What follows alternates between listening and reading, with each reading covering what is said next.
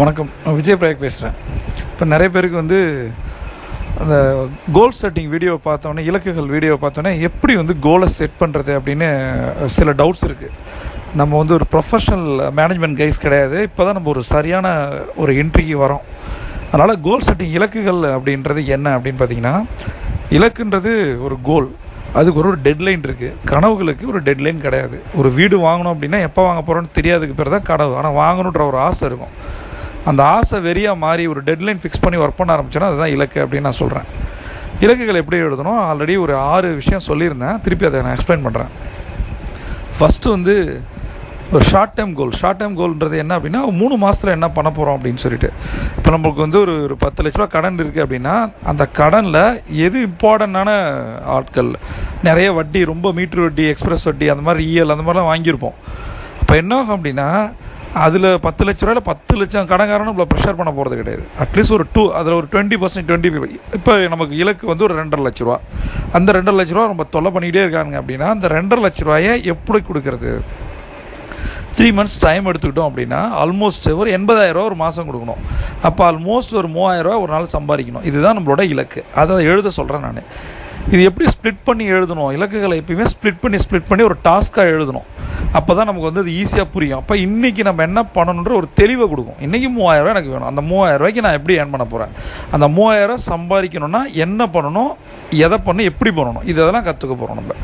சரி, அதனால் முதல் நீ எழுத வேண்டியது 3 மாதத்தில் நான் என்ன இருக்க போகிறேன் அப்படின்னு சொல்லிட்டு. இப்போ நம்மளோட 10 லட்ச ரூபா கடன் உடனே அடையணும்னா, உடனே அடையிறதுக்கு தெரியல. மேபி நம்ம கடனை வாங்கி அதை ட்ராவல் பண்ணிகிட்டே இருப்போம் பிஸ்னஸில். மேபி நம்மளோட அசட்டை வித்தோ இல்லை வேறு எங்கேயாவது வர வேண்டிய பணம் இருந்ததுன்னா நம்ம டைம் சொல்லலாம். என்னை பொறுத்த வரைக்கும் கடனை வாங்கி கடன் கொடுக்கறதுல உடன்பாடு கிடையாது பெருசாக. அப்போ நம்ம என்ன பண்ணணும் அப்படின்னா, நம்ம ஏர்ன் பண்ணி பணம் கொடுக்கணும். அது வரைக்கும் கடன்காரன் வெயிட் பண்ண மாட்டான். அப்போ அது யார் வயிற்றுவலிக்கு ரொம்ப ப்ரெஷர் பண்ணுறானோ அவனுக்கு கொடுக்க வேண்டிய அந்த 2.5 லட்சம், 80,000 இல்லை 10,000, 20,000 நம்ம கொடுக்க ஆரம்பித்தவளோ கடன்காரங்க ஆஃப் ஆக ஆரம்பிப்பாங்க. இன்னொரு விஷயம் பண்ணாமல் இருக்கவே கூடாது. என்ன தெரியுமா? ஃபோனை பிக் பண்ணாமல் இருக்கவே இருக்காதீங்க. கடன்காரங்க டென்ஷனாக வருது. அவங்க இன்னொரு விஷயம் நான் உங்களுக்கு ஞாபகப்படுத்த விரும்புகிறேன். என்ன அப்படின்னா, எல்லாருமே வட்டிக்கு ஆசைப்பட்டோ, அதிக வட்டிக்கு, மீட்டர் வட்டி, எக்ஸ்பிரஸ் வட்டின்னு ஆசைப்பட்டு பணம் கொடுத்தவங்கள இருக்க மாட்டாங்க. நம்மளுடைய கஷ்டம் தெரிஞ்சு பக்கத்து வீட்டில் வாங்கி கொடுத்துருப்பாங்க, ஏற்ற வீட்டில் வாங்கி கொடுத்துருப்பாங்க, சொந்தக்காரங்க ஃப்ரெண்ட்ஸுக்கிட்ட வாங்கி கொடுத்துருப்பாங்க.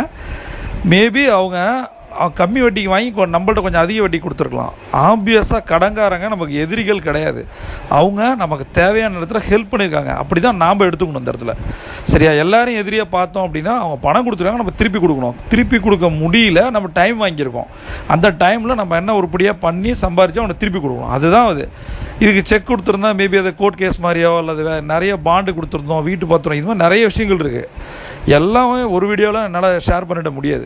அதனால் ஃபஸ்ட்டு விஷயம் நான் உங்களுக்கு இன்றைக்கி என்ன சொல்கிறேன்னா, எந்த ஒரு கடன்காரனும் கால் பண்ணால் முதல்ல காலை எடுங்க. எப்படி இருந்தாலும் பரவாயில்ல, எந்த சுச்சுவேஷன் நீங்கள் இருந்தாலும் பரவாயில்ல. இது 50% ப்ராப்ளத்தை இது ரெடியூஸ் பண்ணும், சால்வ் பண்ணும். எடுக்காமல் இருந்தீங்கன்னா என்ன ஆகும்னு யோசிச்சு பாருங்களேன். இப்போ நீங்கள் யாருக்கோ பணம் கொடுத்துருக்கீங்க, உங்களுக்கு பணம் தேவை இருக்குது, பணம் கொடுத்தோம், ஃபோன் எடுக்கல. இப்போ நீங்கள் டென்ஷன் ஆவீங்களா, ஆக மாட்டிங்களா? அதே மாதிரி தானே அங்கே இருக்கவங்களுக்கும். வாங்கின பணத்தையும் கொடுக்கல, வட்டி கூட கொடுக்கல. அவங்க என்ன சொல்ல வாங்கி கொடுத்தாங்க நமக்கு தெரியாது. இப்போ இந்த நேரத்தில் நம்ம அதையும் பார்க்கணும்ல. சரியா? இப்போ நம்ம ஆமாம் வட்டிக்கு தானே கொடுத்த, வட்டி எவ்வளோ கொடுத்துருக்கேன், 5 லட்ச ரூபா வாங்கியிருக்கேன், 10 லட்சம் வட்டி கொடுத்துருக்கேன். இது சட்டப்படியோ அது நம்ம எங்கேயுமே நிற்காது. அதனால் வாங்கின பணத்தை நம்ம திருப்பி கொடுத்துடணும். இப்போ இந்த மாதிரி கடன் பிரச்சனைகளை சால்வ் பண்ணுறதுக்கான சிஸ்டம்ஸ் நிறைய இருக்குது. அதை நம்ம போக பார்க்கலாம். இப்போ நம்ம என்ன பண்ணணும்? ஃபோன் எடுக்காமல் இருக்காதீங்க. ஃபஸ்ட்டு ஃபோன் எடுத்தால் என்ன சொல்லணும்?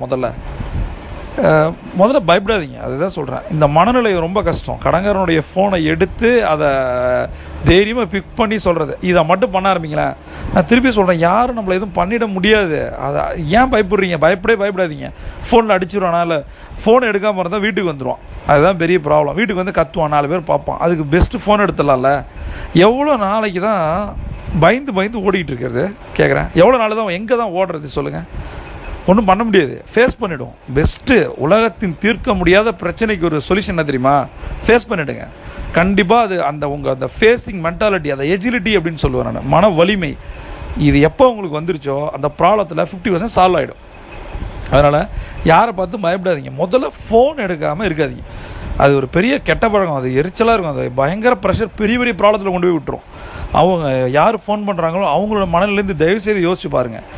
ரெண்டாவது விஷயம், டைம் கேட்குறது. இது தானே போன மாதம் சொன்னேன், 3 மாதம் முன்னாடி சொன்னேன், 6 மாதம் முன்னாடின்னு மேபி அங்கே இருக்கவங்க கேட்கலாம்.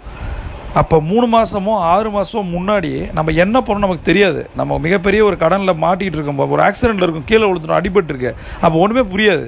கடனும் அப்படி தான், ஒரு ஆக்சிடெண்ட் தான் அது. அதுலேருந்து ரெக்கவர் ஆகணும்னா உடனே உடஞ்ச கை சரியாகாதுக்கு டைம் வேணும்.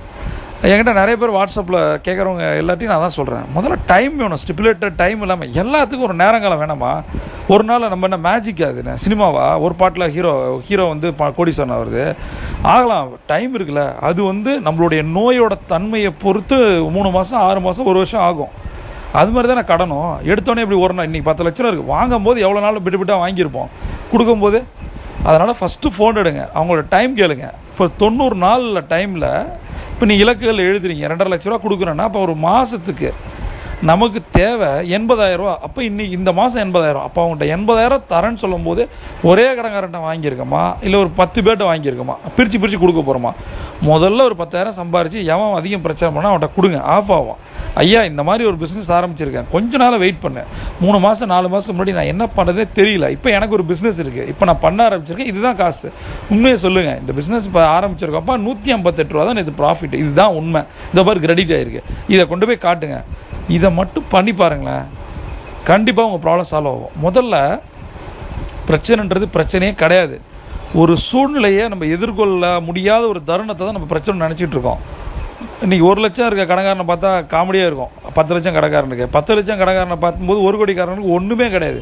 அது மாதிரி பயப்படுறதுக்கு எதுவுமே கிடையாது. ஃபேஸ் பண்ணுங்கள். முதல்ல ஃபோன் எடுங்க, டைம் கேளுங்க. அந்த 90 நாளில் எவ்வளோ பணத்தை அவனுக்கு கொடுக்க முடியும், அந்த கடன்காரன பிரச்சனையை சால்வ் பண்ண, அதுக்கு சின்ன சின்ன விஷயங்கள் செய்ய ஆரம்பிக்க. நிறைய ஆப்ஷன்ஸ் இருக்குது.